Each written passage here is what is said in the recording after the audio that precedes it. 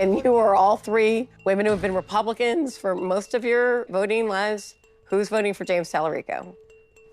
The Texas Senate race is shaping up to be one of the most competitive and expensive midterm races in U.S. history, with progressive James Talarico facing off against corrupt, MAGA diehard stooge Ken Paxton. And even in a state like Texas, many conservatives and independents alike are finding a home in Talarico's camp, pushing to get money out of politics and to better fund our schools and healthcare systems. And in this new interview with Rachel Maddow, Talarico beautifully applies pressure to his opponent Ken Paxton, while also centering the people of Texas. So let's take a look together. All right, I've got it pulled up here. Let's take a look.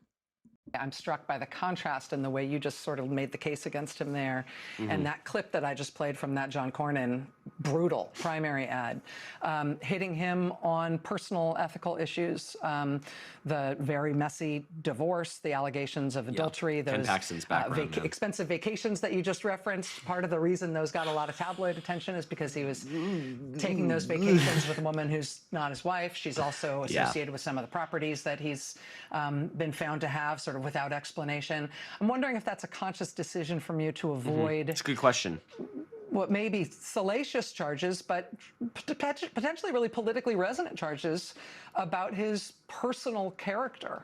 I mean, I think the only thing worse than Ken Paxton's personal cheating is his public cheating. I mean, yes, he's such a good betrayed the answer. people closest Such to a good him. immediate answer. You So mentioned well this being the anniversary of his famous mugshot, and that was because he was indicted for securities fraud, for investment fraud. And what's fascinating about that story, I'm not a lawyer, but when you read about what happened, he was scamming his own friends. Yep. He convinced his own friends to invest hundreds of thousands of dollars into a tech company, and then he didn't tell them that he was getting a commission off those investments. And so I've said on the campaign trail, if Ken Paxton is willing to scam his own friends for a quick buck, what makes you think he's not going to scam you in the United States Senate? And the last thing I'll say is, I served with Ken Paxton's wife. She's a state senator in Texas, Senator Angela Paxton. And I have great respect for the senator. We don't agree on every issue, but I respect her public service. And the last thing I want to do is kind of bring up all this personal stuff when there's so much public stuff to really prosecute the case on. And so I'm just going to stick to Ken Paxton's public record because there's plenty of material there to run a campaign and make the choice in this election clear for the people of Texas. Perfect. Such a good answer, right? Such a good speaker. And also, it really goes to show his character, right? James Talarico has this persona, this modesty, this also energy and respect for other people, like Ken Paxton's wife right here, who he disagrees with on most issues. He says, I don't want to get into the personal stuff. Could you imagine if the positions were flipped right now? Right? If James Talarico had some dirty laundry, whatever it may be, some scandal, right? The Republicans would be making sure that every single American across the country were like hyper blasted, like flavor blasted that information without fail, right? Every single person on the planet would know about it because they have no shame. And yet here's James Talarico saying, listen, the guy's got his personal issues. Everybody knows about them. Let's focus on the policy. And I think that's been a major issue for Democrats for a long time. Policy. Actually focus on the policy positions because that's what people want to vote for. Give something to vote for, not to vote against, right? And I think on that note, again, here is James Talarico giving this beautiful speech after the Texas state legislature just voted to make THC and marijuana products illegal in the state after they had already opened up pathways to legalizing it years earlier. He gives this beautiful speech about, again, a policy position that people care about. Let's take a look. This bill is insane. Yep. This legislature legalized hemp 6 years ago. But instead of regulating this booming industry in our state, we are now going backwards to the days of prohibition.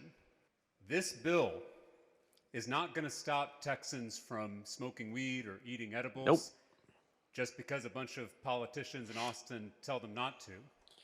Texans will still use THC, but instead of getting it safely from a local small business, they'll now get it from the black market. Yep. And I have to pause it right there to quickly say 100% correct, right? We've seen this time and time again. When a product is, taken away or blocked, then people will go to other means to get something, right? And that is often unsafe, right? It is much less safe because if you're getting marijuana from a dispensary, there's regulations, there's certain safety procedures, there's certain things that have to be met for this regulated product to be sold to a person at a, place that has all of these regulations put upon it versus getting it off the street from, God knows where, right? And as James Talarico talks about here in a second, this only benefits cartels and other places, not actually American businesses that make money, grow economies through selling a product that people are buying. From the drug cartels. There it is.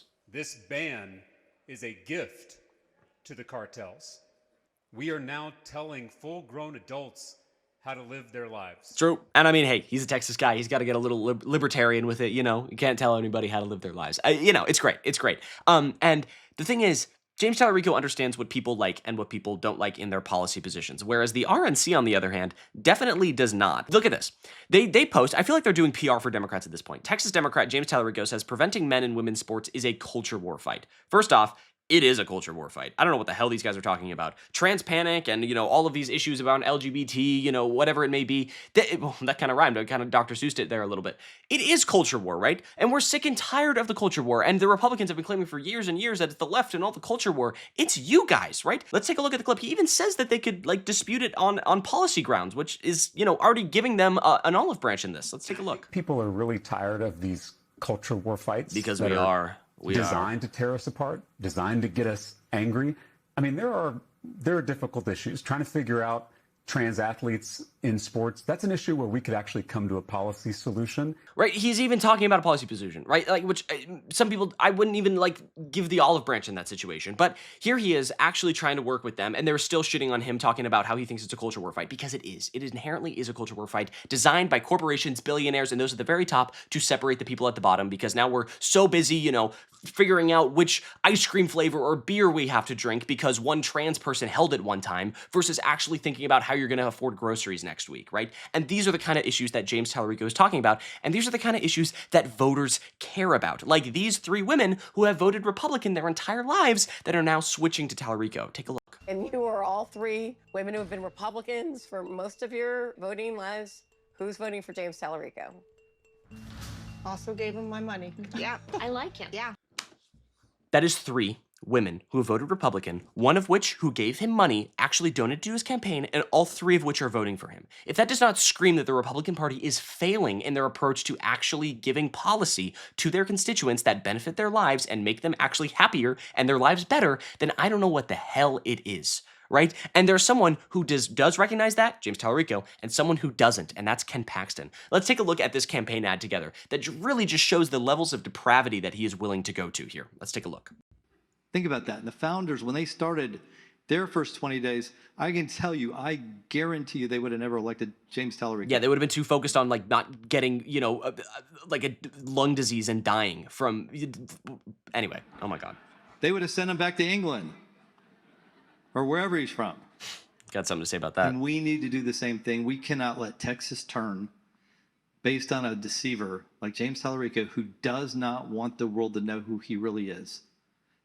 It's up to you to tell the world because they don't know. Who he really is. Wow, that's wise words coming from Ken Paxton, the guy who's cheated on his wife, who's been involved in many public scandals, who has a mugshot taken of him, and he's talking about who James Talarico really is. Yeah, I wouldn't be the one who's calling out skeletons in closets when you have a whole boatload in yours, Ken Paxton, all right? So let's cool it down there. And then he also talks about, a little bit earlier, let's send him back to England or wherever he's from. James Talarico's from Texas, unlike Ken Paxton. So another thing that I really wouldn't be shouting from the grandstands, because here's the difference between Ken Paxton and James Talarico. James Talarico says right here in this clip, for 50 years, puppet politicians like Ken Paxton have been rigging this economy in favor of their billionaire mega donors at our expense. So really, the difference between these two candidates is whether you want a candidate who's going to fight for your rights, for your freedoms, for your actual well-being, or billionaires, corporations, Epstein class people, and everybody who wants to make your life a living shithole. So I don't know. The choice seems pretty clear to me. And if you agree, be sure to join our fight here at US Democratic Socialists for more news like this. But